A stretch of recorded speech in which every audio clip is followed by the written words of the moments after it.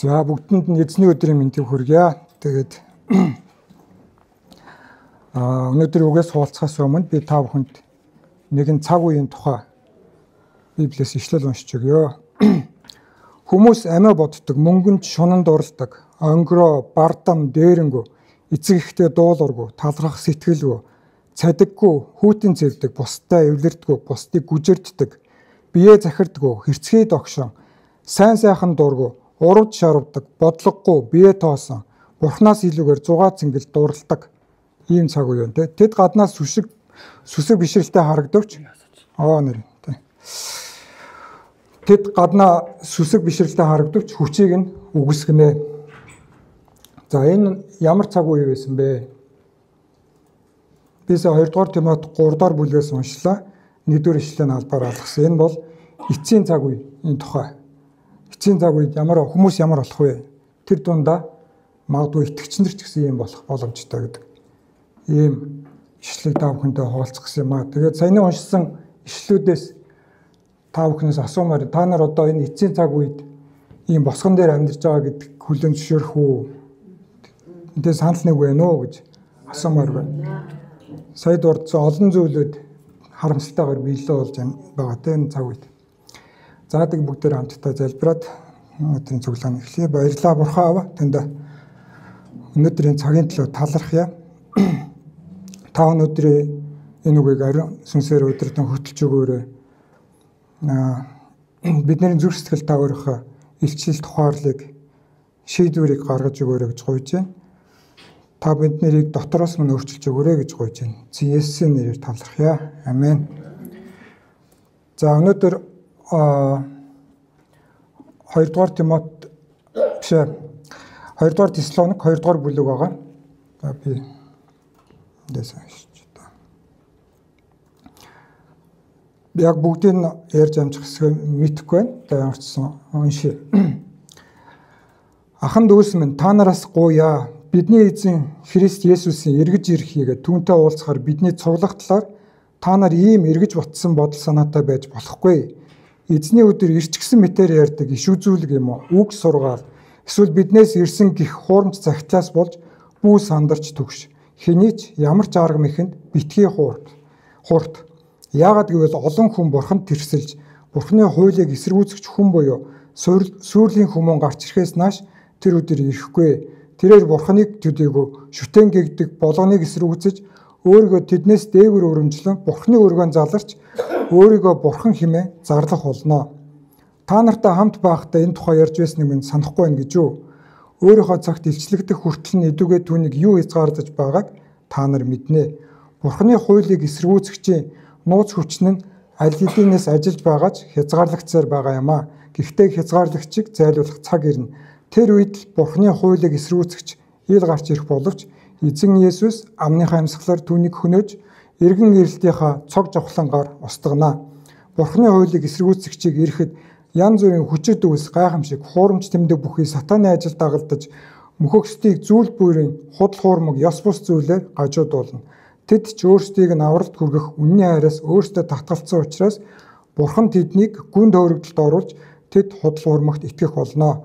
Үнд итгэдэггүй атлаа зүв бүсийг таашаасан бүхэн ийхүү яллагдах юм аа. За 2 дугаар Теслоник 2:1-ээс 12 бид нэр өнөөдөр хамтдаа уншлаа. Тэгээд бид нар харж байна те эцсийн цаг үеийн тухай төрөний миний нэг уншсан ишлэлтэй холбоотой. Тэгээд эцсийн цаг үетэй холбоотой та нараас бас ахаад асуулт асууя. Түрүүн та хэд маань одоо энэ цагийн босгон дээр амьдарч байгаа юм биш үү гэдэг дээр хүлээн зөвшөөрч байна гэсэн тийм гэсэн тийм. Тэгээд та тэгвэл одоо би гарцгаа өгсөн байгаа тийм тэрбэрээс гэж тэрбэр гэж юм бэ гэвэл Есүс Христ байгаа тийм. Есүс Христ тун удахгүй ирэхэд бид нэр гайх зүйл ерөөсөй байхгүй болжээ. Одоо хувьсгалын төхрөө бүрлдэнэ гэдэг шиг энэ цаг үе энэ ертөнцийн байгаа байдал бол маш олон шинж тэмдгээрээ илэрж байна. Тэгээд та түүнийг хүлээж байна уу гэж би та нараас асууя. Та түүнийг ирэхэд бэлэн байна уу гэж бас би асууя. Тэгээд Есүсийн дахин ирэлтийн талаар Есүсийг Месиа болоод ирэх тухай иш үзүүлгээ зөндөө байдаг. Есүсийн анхны ирэлт гэх юм. Энэ дэлхий дээр хүн болж мэндэлсэн. Хуучин гэрэн дээр ч байгаа. Хуучин гэрэн дээр мэдээж байгаа тийм. Тэгээд Есүсийн энэ хоёр дахь ирэлт буюу дахин ирэлтийн тухай тэгвэл Есүсийн Месиа болж ирэхээс дутуугүй маш олон иш үзүүлгүүд байд юм байна. Бүр хуучин гэрээний үед ч байд юм байна. Илүү юу гэхээс дутуугүй маш олон иш үзүүлэг Есүсийн дахин ирэлт Бурхны шүүлтийн талаар байд юм байна. Тэгээд тоолбол ер нь хэдэн зугаад байд юм. Тэгэхээр энэ эцсийн цаг өдрүүдтэй холбоотой Бурхны шүүлттэй холбоотой ярил маш том сэдв. Тэг өнөөдөр бид нэр эндээс би та бүхэнд хуучин гэрээний дуулал номыг гаргахгүй юу гэж хүсэх юм аа. Дуулал 50 дугаар бүлгийг гаргая.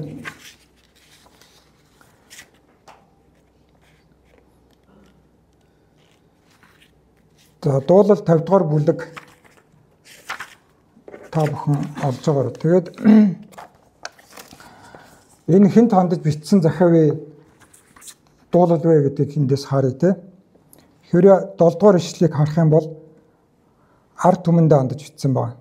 Ард түмэн минь сонс би ярьж байна. Израиля би бол бурхан, чиний бурхан гэж хэлсэн байна. Тэгэхээр хаялгцсан эзэн нь Израиль буюу ард түмэн, бурхны сонгогдсон ард түмэн. Өнөө цагт хувирах юм бол итгэгч бид нэр Христийн бие чуулган биднэрт хандж бурхан энэ үгээ хэлсэн байна. За тэгээд бурхан 3 дахь ишлэгийг харах юм бол бидний бурхан ирнэ, чимээгүй байхгүй. Хуухлагч гал өмнө нь явна, хүчит чуурга эргэн тойронд нь байна. Тэрээр ард түмнээ шүүхээр дээрх тэнгэр доорх газрыг дуудана гэж хэлсэн байна. Тэгээд Есүсийн дахин ирэлттэй холбоотой олон шинж тэмдгүүд илэрнэ гэж хэлсэн. Түрүүн би тэр 2 дугаар Тимот 3 дугаар бүлгээс уншлаа тий. Огторгуу ертөнц, од гарагс тэгээд энэ байгалийн үзэгдлүүдийн тухай зөндөө олон шинж тэмдгүүд хэлсэн байдаг эцсийн өдрүүдийн талаар. Энэ ертөнц яаж одоо ялзранд ороодох тухай бас зөндөө ишлүүд байдаг. Гэхдээ өнөөдөр биний гол төвлөрийг хүсэж байгаа юм болохоор итгэгчнэр эцсийн өдрүүдийн үеийн итгэгчнэр тэгвэл ямар болох юм бэ? Итгэгч гэдэг хүмүүст ямар шинж тэмдэг илэрч болцсохгүй вэ гэдэг энэ зүйлээр дуулал 50 дугаар бүлгээс би та бүхэнтэй хуваалцах гэсэн юм аа. Юу гэж хэлэх гээд байна гэхээр өөрийгөө итгэгч гэж нэрлэгч хүн болгоно. Өөрийгөө итгэгч гэж итгэж байгаа дотроо эцсийн сэтгэлээс итгэж болно.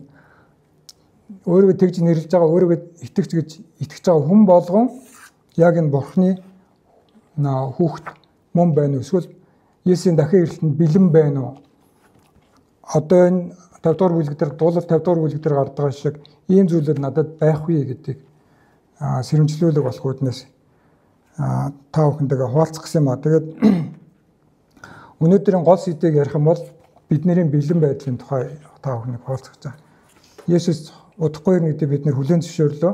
Хизээч ирэхэд хулгайч мэт хизээч ирэхэд ерөөсөй гайхах юм байхгүй тийм. Тэгэхээр бид нэр сонор сэрэг байх хэвээр бэлэн байх хэвээр байна. Харин бид нэр бэлэн үү? Энэ бүгд дээр өөрсдөөсөө асууя. Тэгээд энэ дуулал 50 дугаар бүлгийг харах юм бол 8 дугаар ишлэлээр нэг жаа тахилуудын чинь тухайд чамайг би зэмлэхгүй. Шатаах тахилууч чинь миний өмнө ямагт байдаг гэж байгаа. Тэгэд бол айгу мундаг байна. Тэгээд тахилууг бол цаг алдалгүй өргөж जैन өрх ёс ном дүрмээр нь гормоор нь өргөж байна. Гэхдээ бурхан юу гэж хэлж байгаа нэхээр би та нарын дээр тахилаар дутаагүй. Надад би бүхлээ бүтээсэн хүн шүү дээ гэж юм тийм. Уул толгодын бүх шууг би мэднэ газарч жирэлзэгч амтэн бүр минийхээ гэдэг 11 дээр 10-11 дээр ишлээд харин би үлсдэг юм а та нарт хэлэх үү гэж асууж байгаа. Бурхан юугаар үлсдэг юм бэ?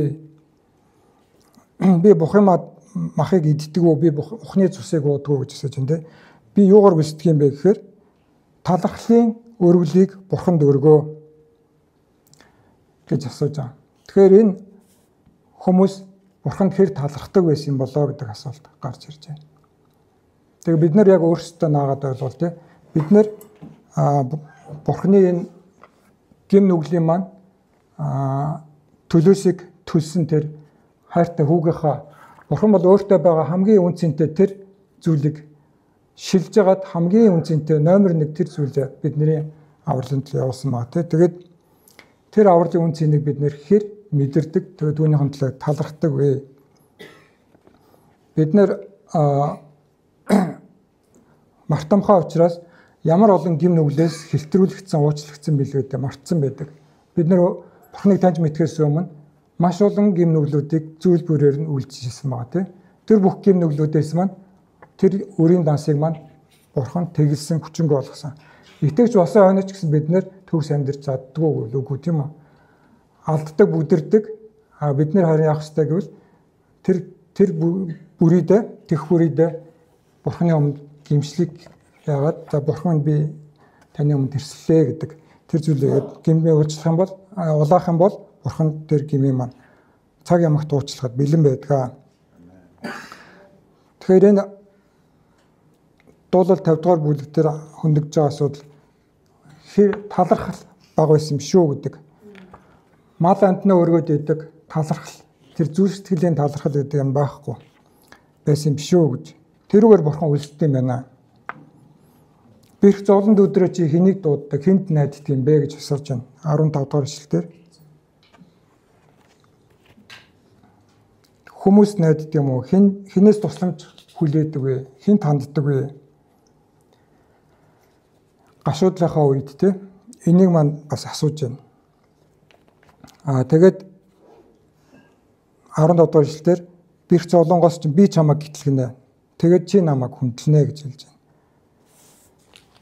байна. Намайг дуудаарай гэж хэлж байна тий. Тэгээд 16 дугаар ишлэлээр болохоор амаараа Бурханыг хүндэлдэг тухай ярьж байна. Миний зарлигийг чи юунд ярина вэ? Миний гэрээг юунд чи амдаа дурдна вэ гэж асууж байна. Нэг амаараа бид нар Яаковыг мэднэ тий. Яаков номыг мэднэ. Амаараа нэг талаар бол Бурханы зарлигийг яриад байна, гэрээг яриад байна. Нөгөө талаараа доош харах юм бол 19 дэх ишлээс харах юм бол амаа чи хормоо руу уралдуулдаг, хилээ чи залм ихээр зэвсгэлдэг, ахан дүүсээ элдвэр ярьж суудаг, ихийнхээ хүү гүтгэн гүжирддэг. Тэгэхээр хэл гэдэг бол маш захирал хэцүү эрхтэн гэж Яаков номд зөвлөсөн мэдэг те. Итгэж осон өнөч бид нэр байнга энэ дэр бүдэрдэг. Санаатай санамсруу янз бүрийн байдлаар бүдэрдэг. Тэгэхээр энийг бид нэр өөрийнхөө хүчээр энэ хэл гэдгийг онготож чадахгүй учраас энэ хилээ захирахуй дээр бид нэр Бурханаас тусламж гуйх хэрэгтэй байна. Өөрийгөө яаж ярьж байгааг өөрийгөө анзаарах хэрэгтэй байна. За тэгээд 17 дугаар ишлэлээр сахилгажуулахад үндэ сахилгажуулахад минь дургуутсаж үгийг минь чи үл ойшоодгоо. Сахилгажуулалтанд дуртай хүн ер нь ховор ах тийм үү? Үнийг нь хэлсэн хүнд ер нь хүн айгу таагүй анддаг. Өрөвс хийдэг тийм. Тэг үгийг минь чи үл ойшоож байна гэж хэлж байна. Бурханыг үл хүндэлж जैन үл ойшоож байна гэсэн үг тийм. Бурханаас эмээх эмээлт баг байна. За цаашаа гин нүглийг буюу одоо хулгайчиг хараа чи таашаадаг, хувь юугаа чи завхаачуултай хуваадаг. Тэгээ энэ дээр гин нүглийн талаар Бурхан маш өндөр стандарт тогтоосон байгаа тийм. Тэгээ бид нэр ямар зүйлээс тайвшир одоо өөрсдөө хуурж тайвширдаг вэхээр би энэ тэр хүн шиг ийм ноцтой гин хийгээгүй. Өөрөөр хэлбэл хүмүүстэй өөрийгөө харьцуулдаг тийм үү. Би тэрийг бодвол энийг бодвол арай ийм гин нүгэл хийдэг хүн бишээ. Хоёрдугаарт нь хараад таашаадаг гэдэг нь аливаа гин нүгэл байхад тэрийг хараад зэмлэхгүй буруутгахгүй одоо харыг хар цагааныг цагаан гэд хэлж чадахгүй дүлгнээд байж ивэл тэр гин нүглийн одоо нэг эсвэлтгүйгээр хамсаадан болж байна гэсэн ийм зүйл байгаа. Тэгэхээр бид нэр аливаа юм гин нүглийг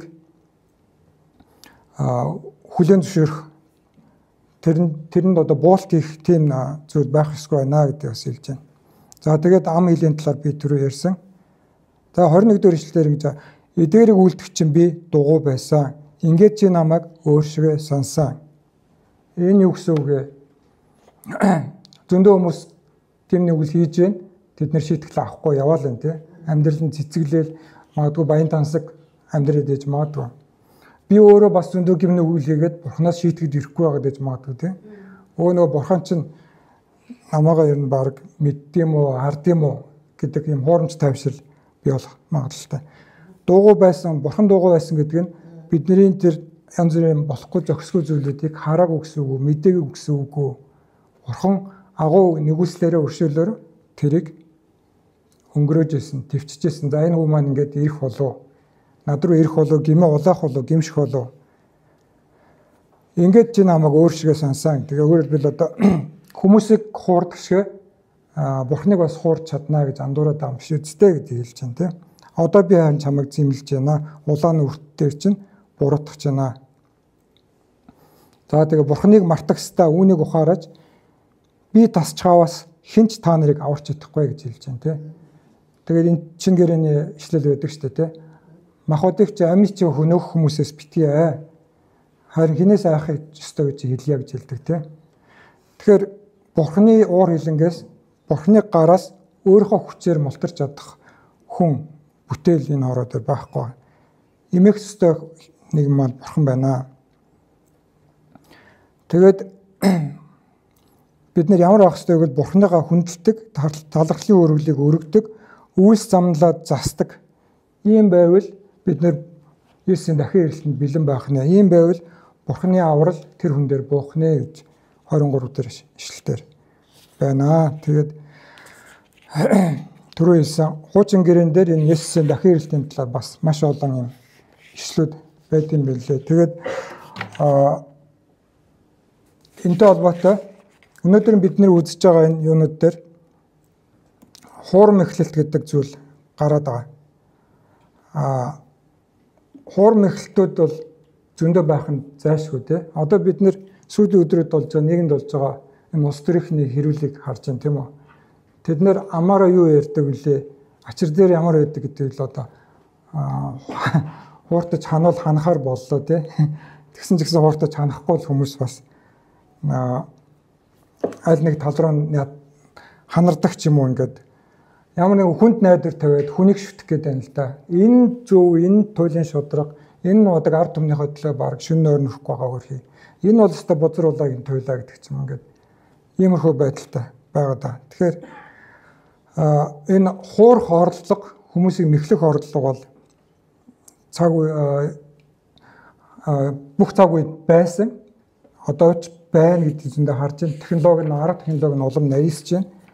Нөгөө өөхн боосон зүг гэдэг шиг тэр янз бүрийн байдлаар хурцж байна. Хүнд аягүй гаднаас гоё харагдвал чадчихээн. Тэгээд ирээдүйд ч гэсэн байна. Тэгээд бидний зүгээс хийх юм гэвэл тэр орлогод байлаа гэхэд бид нэр тэрэнд хуурдах уу, тэрүүгээр өмүүлэгдэх үү гэдэг нь биднэрт байгаа шийдвэр сонголт. Бид нар тэгэхээр түрүүний хэрсүү байдал, ялах салах тэр зүйлд бид нэр суралцах хэрэгтэй байх нэ. Юмныг альва юм ингээд сэтгэлийн хөдлөлөөр гэдэг юм уу? Хин нэг олонхийг дагаад гэдэг юм уу? Ингэж ханарч дагаж явах нь бол буруу. За энэ дээр бас бид нар үзэж байгаа хэсгээр айдсын тухай гарч байгаа. Айдс төгшөөрийн тухай. За айдс төгшөөртэй холбоотой ямар зүйлүүд байж болох вэ? Тэ нөгөө төстэй Монгол хэлээр төстэй үгнүүдийг үл сандарч мэгдэх те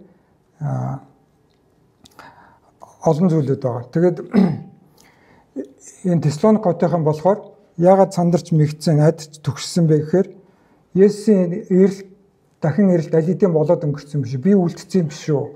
Би одоо тэгвэл одоо энэ Христ итгэлийг тунхаглаад хүмүүс сайн мэдээ хэлээл тэгээд тэрнийхээ төлөө ад үзэгдээд магадгүй зовоодох ямар хэрэг байна. Хүмүүс одоо өөрөөр хэлбэл одоо итгэж байгаа маа би одоо Есүс Христ аль хэдийн өөр хүмүүсийг аваад дэш явцсан бол би энд юугаа хийж байна? Би одоо ийм яриад зовоод сууж хам зүг гэдэг ч юм уу. Янз бүрийн тийм айдас төгшөөрүүд байсан ба. Тэгээ бид нэр янз бүрийн олон зүйлүүдээс ер нь хүмүүс айж төгсдөг тийм. Тодорхойгүй байдлаас их айж төгсдөг гэх юм уу. Нөхцөл байдлаас маргааш юу болох гэж байна? Аль шийдвэр гарах нь зөв юм бэ? Хинт найдах юм бэ? Хаашаа явах юм бэ? Тиймэрхүү зүйлүүд хүмүүсийг маш их төвшөртэй хэцүү байдалд оруулдаг. Мөхлөөс айх айдас байж болно. Тэгээд миний түрүүний 1-р Теслониктоор хуваалцаж байсан өглөө сайхан эз гэдэг тэр нөгөө юу гэлж байгаа тийм. Өөрийнх нь өхүүлж болно, хайртай дотны хүмүүсийг нь өхүүлж болно. Тэгээд идэрсгүй өвчний онш байж болно. Гэт маш олон зүйлээс хүмүүс айж болно гэдгийг хэлж байна. Тэгэхээр энэ Тесалоник номон дээр болохоор бид нарыг бүү ай гэж хуриалсан байна. Тэгээд яагаад гэвэл Бурхан биднэрт алга болохгүй тэр найдварыг өгсөн. Өөрийнхөө биетэй тэр адил байдлаар амьдуулна гэдгийг хэлсэн. Тэгээд би тэрийг түрүүчийн 4-р бүлэг дээр дутуу хуваалцсан байлээ. Тэрийг би та бүхэнд ахаад нэгсэн тайлбарлаж хуваалцъя. Филиппой 3-ын 20-21-ийг хэдүүлээ харъя. За энэ дээр болохоор бидний иргэний харьяалал хаана вэ гэвэл тэнгэрт байгаа гэдгийг хэлсэн байна. Тэгээ бид яаж ийн гэвэл аврагч эзэн Есүс Христийг тэсийн ядан хүлээж байна. Та тэсийн ядан хүлээж гин үү эсвэл энэ тухай мартцсан явж байна гэдээ бас өөрөөсөө асуугаарай тийм. Тэгээд 21 дэх эшлэлд хуваалцах чам. Бидний дорд биеийг өөрийнхөө цог жавхланд биетэй адил болгон хуургах болно гэж хэлж байгаа. Тэгэхээр энэтэй холбоотой үл муудах байдлаар бид нэр амьлагдана. Бид нэр сүнс байдлаар амьлахгүй махан биетэй ингээ гарт мэдэр Есүс амьсныгаа тэр ялангуяа тэр эргэлздэг Томас эднэрт яаж асан шүү дээ.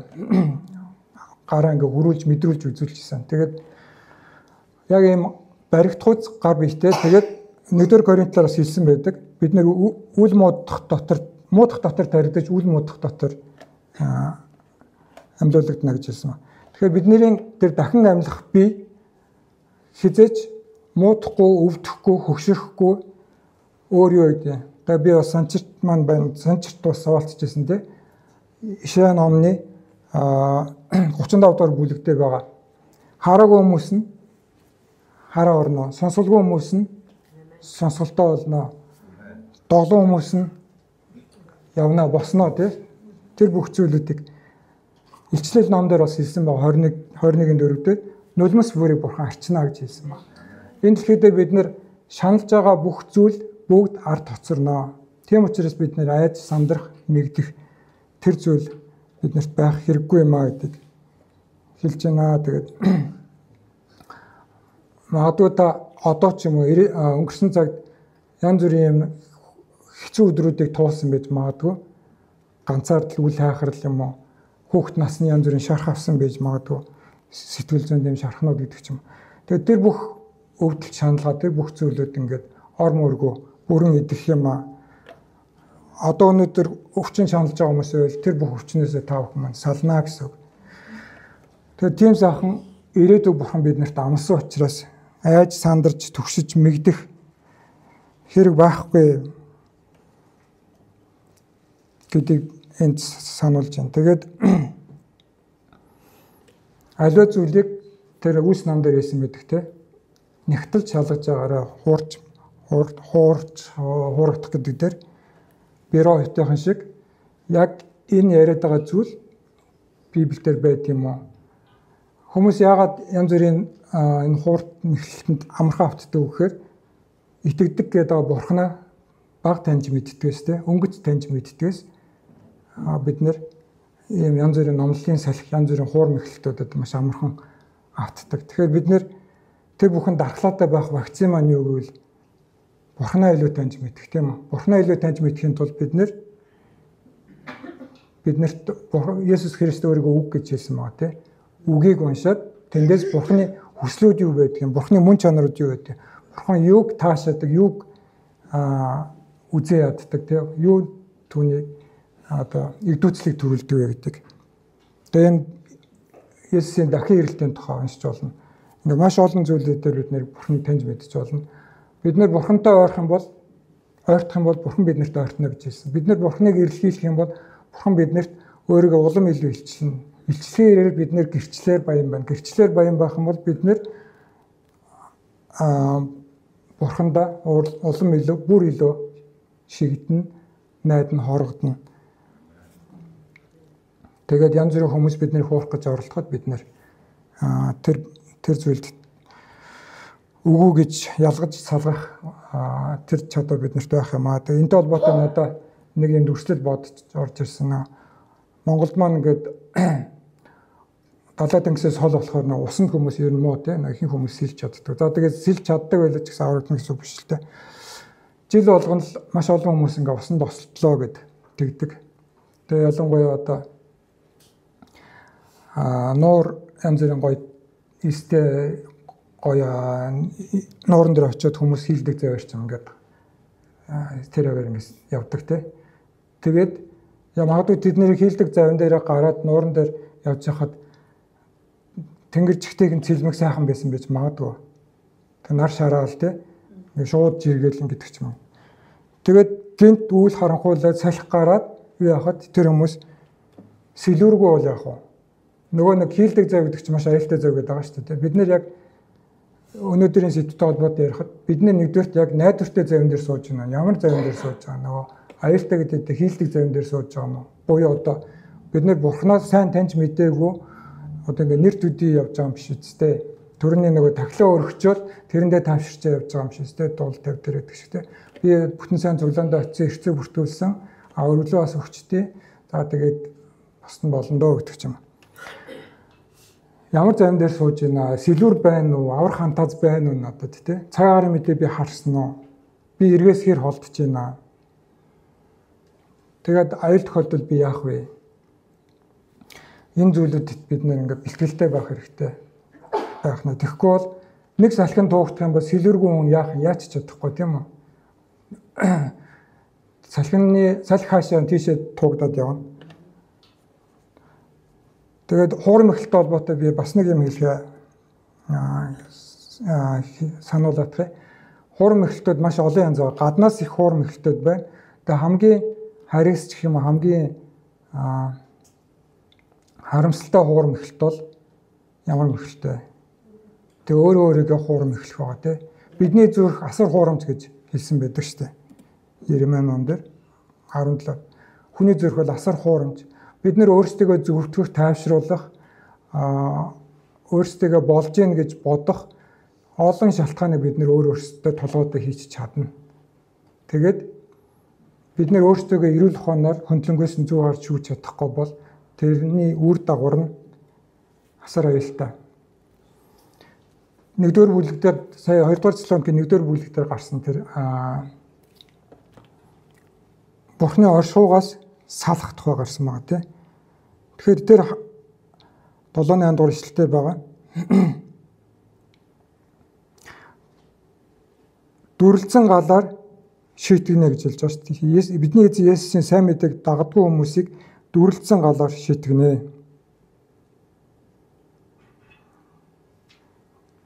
Өөрөлдвөл тамийн тухай ярьж байгаа тийм. Тэгэхээр хүн бол мөнх амьдрахаар бүтээгдсэн бүтээл байгаа. Энэ дэлхий юу гэж бид нэр хуурж ийн гэхээр хүний амьдрал үхээд дуусаа эволюцийн бол шинжлэх ухаанаар батлагдсан зүйлээ та нарын тэр бурхан бүхнийг бүтээсэн гэдэг чинь бол үлгэр домгоо гэж тиймэр бид нэрийг хуурж байгаа. Тэгэхээр бид нэр хэрвээ өөрсдөө хуураад хамгийн харамсалтай нь одоо өөрийгөө түрүүн би ярианыхаа энд хэлжсэн тийм өөрийгөө итгэгч гэж нэрлээд өөрийгөө итгэгч гэж итгээд явж яснаа хожимын өдөр бурхны өмнө очисон чинь бурхан намайг таних уу? Бурхан намайг би чамайг танихгүй байна гэж хэлэх үедээ энэ зүйлээс бид нэр өөрсдөө шалгая. Тэгэд өөрсдөө тэр өдөрт бэлтгэе сэргийг бай. Тэгээд ямар байвал бид нэр сэргийг байж чадах вэ гэвэл энэ дээр нэг л үг хэлмээр санагдсан дагалдагч гэдэг. Бас нэг орчуулга нь шав гэж үг байгаа даа тийм Есүсийн шавнэр гэдэг. Тэгээ бид нэр яг итгэмж сайн дагалдагч байх юм бол бид нэр айх айдас байхгүй. Эргэлзээ байхгүй. Би одоо аврагдсан бол эцсийн өдөр урдуураа таслуулаад хөөхт юм шиг байгаа тийм юу байхгүй. Тэгээд Ром 8 дугаар бүлэгт хэлсэн байгаа. Бидний дотор дээр сүнсээр дахин төрөхөд орж ирсэн сүнс бидний дотроос гэрчилдэг гэж хэлээд байна. Чи бол бурхны хүү мөө? Чи бол бурхны охин мөө? Хайртай охин мөө? Бидний дотроос тэр амар тайныг тайвширлыг өгдөг. Тэр эргэлзээ айцыг биш те. Төгшөөр биш. Тэгэхээр бид нэр жинхэнэ итгэгч дагалдагч байж чадвал бид нэр энэ найдсаас чөлөөлөгдөх юм аа. Тэгээд бидний итгэл амьдралыг бас юутай зүйрлж болох вэ гэхээр нөгөө марафон гүйлттэй. Одоо энэ шинэ гэрээний ялангуяа Паулийн загтлууд дээр маш гардаг тий. Бид нэр бол марафонд гүйж байгаа хүмүүс байгаа. Анх хүлээж авахдаа итгэж гимшээд залбираад Бурхныг хүлээж авсан нэг асуудал. Тэр бол нэг удаагийн үйлдэл байгаа. Тэр хүн болгон хийх ёстой. Сүнсээр дахин төрөх ёстой. Гэхдээ тэрнээс хойш энэ итгэлийн замаад тууштай дуусах уу, сахих уу гэдэг энэ марафонд бид нэр гүйж байгаа гэдгээ бид нэр мартаж болохгүй. Замын дундаас бид нэр марафоны дамжч заримдаа гардаг шүү дээ. Хүнд хэцүү зам шүү дээ заримдаа. Урт 42 км. Йоо итгэж байгаад ер нь төвхтэй байна. Ямар олон юм хязгаарлагддаг юм бэ гэдэг чинь. Бурхан намайг харж үзэхгүй байна. Одоо бурхан бидний хүлээлтэнд хүрэхгүй байна гэж бодъё л да тий. Бурхан бид нарыг итгэж юм бол ингэн гэж бодож итэл нөгөө юмнууд маань биелдвэ. Тэгэх юм бол тэр хүн сайн мэдээнийхээ мөн чанарыг ойлгож аваагүй байна гэсэн үг тий. Тэгээд замын дундаас гар авчих ийм аюултай. Бас нэг аюултай юм зүйл болохоор өнгөрсөн дурсамжаараа тижээгдээл амьдарч байдаг тий. Би дөнгөж итгэхдээ гал халуун байсан юм аа. Би хүн болгон сайн мэдээлдэг байсан юм аа. Библийн өдөр шөнөгүй ноолорч уншдаг байсан юм аа гэдэг юм тий. Тэгэл 20 жил өнгөрсөн ч гэсэн нөгөөтгөл яриад байдаг тий. 30 жил өнгөрсөн ч гэсэн нөгөөтгөл яриад байдаг. Өнөөдөр бид нэр яг ямар байдалтай байгаа юм бэ гэдэг тэр бурхан сонирн байгаа да тий. Өнөөдөр бид нэр тэр байдлаас асар холдсон байгаа бол бид нэр тэр байдал руугаа буцаж очихыг бурханаас гуйх хэрэгтэй тий. Бурхан бидний өөрт нь ойртосоо гэдэг бурхны чин хүсэл байгаа шүү дээ. Бидний зүгээс тэр хүсэл тэр хоёр давхцаар нэг цэгт дуулсан бол бурхан биднэрт туслана, хүчээ өгнө. Магадгүй ирэх гимших ёстой, гимшил ирэх ёстой эргэлтүүд шийдвэрүүд байвал тэр бүхэн дээр туслана. Тэгээд тэр анхны хайр гал халуун тэр нөхцөл байдал руугаа буцаж очих бид нар боломжтой. За энэ зүйлүүдийг би та бүхэндээ хуваалцъя. Тэгээд тэр сүрлийн хүүгэн буюу антихристийн талаар бид нар өнөөдөр ярихад бас арай юу байна. Ер нь бол түүний төгсгөл нь тодорхой байна. Тийм үү? Бид нэр өнөөдөр уншлаа. Есүс Христ түүнийг хөнөөнө гэдээр хэлсэн байна. Тэр бол эрэхтэй 9 шидэ гайхамшиг дагуулна гэж хэлсэн байна. Сатаны ажлууд дагна гэж байна. Тэр нь ямар ажлууд дагах вэ гэхээр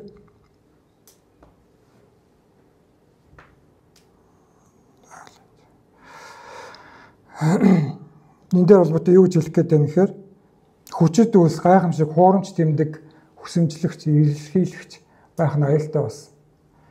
Нөгөө нэг бурхан надтай хамт байна гэдгийг дандаа нэг иймэр хэмжих гээд байдаг бол ийм түшиж тулгуурлах гээд байдаг бол тэр чинь сатан өлхөө үзүүлээд харуулж чадна. Тэнгууд тэрийг дагаад хуйлрах юм бол аюултай гэж болно гэдгийг хэлж байна тий. Энд ямар ч одоо хүчит үлс алга гайхамшиг алга хуурамч тэмдэг алга энэ цуглаан чинь гэдэг ч юм уу тийм бол бас аюултай байна. Тэгээ үнний хайраас татгалцсан гэж хэлж байгаа.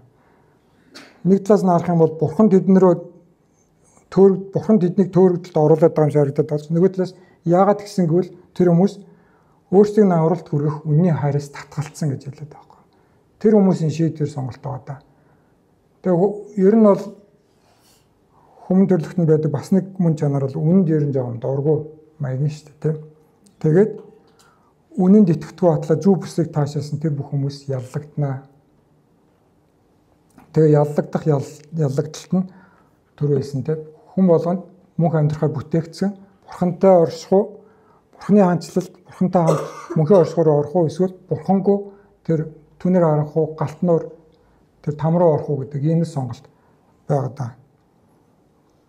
Яагаад үнэн гэрлийг үзээ яддаг харанхуудаа шиг төгсдөг. Яагаад үннийг биш худлыг хүмүүс эрхэлдэг гэвэл бид хүмүүсийн тэр махан бие түрүүний бидний ярианы ихэнд хамгийн дурдсан тэр нэг 2 дугаар Тимотед 3 хүмүүс тийм нэг ихэмлдэг болцсон учраас зугаа цэнгэл эд мөнгө юу байдэн те тэр юмнуудыг эрхэмлдэг болсон учраас тэр юмд нь нийцсэн тэрэнд нь таатай зүйлүүдийг өөрөөр хэлбэл чихийг нь гжигдэх тэр зүйлүүдэд хүмүүс татагддаг. Үнэн үг бол тэднэрт хатуу сонсогдно. Юун там яриад байгаа юм те. Юун бурхны шүүлт яриад байгаа. Ямар наадах ч амар сонсоход хэцүү үг байна гэдэг ч юм уу. Эсвэл та нар одоо өөрсдөө цорын ганц зөв итгүүл үнэмшлэхэд яасан бардам юм гэдэг ч юм уу те. Ийм зүйлүүд ингээ хүмүүсийг яадаг. Тэгээ худал хуурмагтай холбоотой бас нэг юм хэлэхэд Христ итгэл бол одоо буддизм бол Монголын уламжлалт шашаа. Би одоо энэ эцэг өвгдийнхаа шашинд үнж байна гэдэг хүмүүс байдаг. Яг ясман дээр Христ итгэл бол Чингисийг төрхөөс өмнө манай эртний хэдвэр зуун мөлөө 7 дугаар зуун ингээд манай Баярзагат пастор тэрчлээ зөндөө судалгаа хийсэн. Тэр чулуун бичсэн юмнууд нэг олсон шүү дээ. Тэгэхээр тэрний талаар нэг юу гаргаж ирсэн. Тэгэхээр Христ итгэл дээр үед Монголд бас орж ирсэн байгаа. Гэх мэтээр ингээд янз бүрийн байдлаар энэ хуурм эхлэлтүүд юм одоо бид нэрийг няцаах үгүйсгэх юмнууд бол байдаг байх нэ. За тэгээд бидний үзсэн Даниэл ном дээр антихристийн тухай зөндөө гарсан. Илчлэлт ном дээр бас зөндөө байгаа. Тэгээд энэ бол бас нэлээд том сэдв байгаа. Тэгээ би түрүүний хэлснээр одоо хязгаарлагч гэдэг нь бурхан тэр цаг хугацааг адуунд арайханд зөвшөөрч байгаа. Яагаад зөвшөөрөхгүй? Бурхан хязгаарлаад бурханы тавьсан хязгаарлагч. Хязгаарлагч гэдэг нь хүн биш.